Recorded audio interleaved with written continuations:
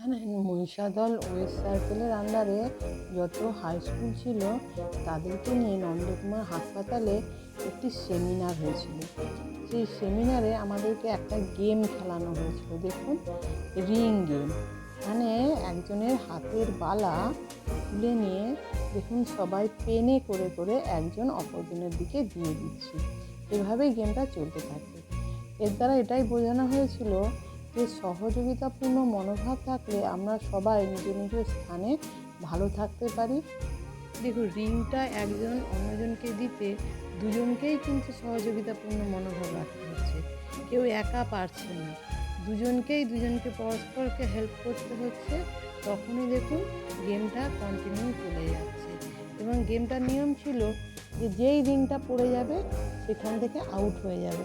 আর আমরা কেউই আউট হতে চাইছিলাম না, তাই প্রত্যেকেই দেখুন সুন্দরভাবে পেনের মধ্য দিয়েই রিংটাকে পাস করে যাচ্ছিলাম। আমরা না খেলাটাকে খুব এনজয় করছিলাম, খুব ভালো লাগছিল। এবং স্কুলে এসেও আমরা আমাদের ছাত্রদের সাথেও এই খেলাটা খেলেছিলাম। তো সবাই ভালো থাকবেন। আর আপনাদের আমাদের গেমটা কেমন লাগলো অবশ্যই জানাবেন।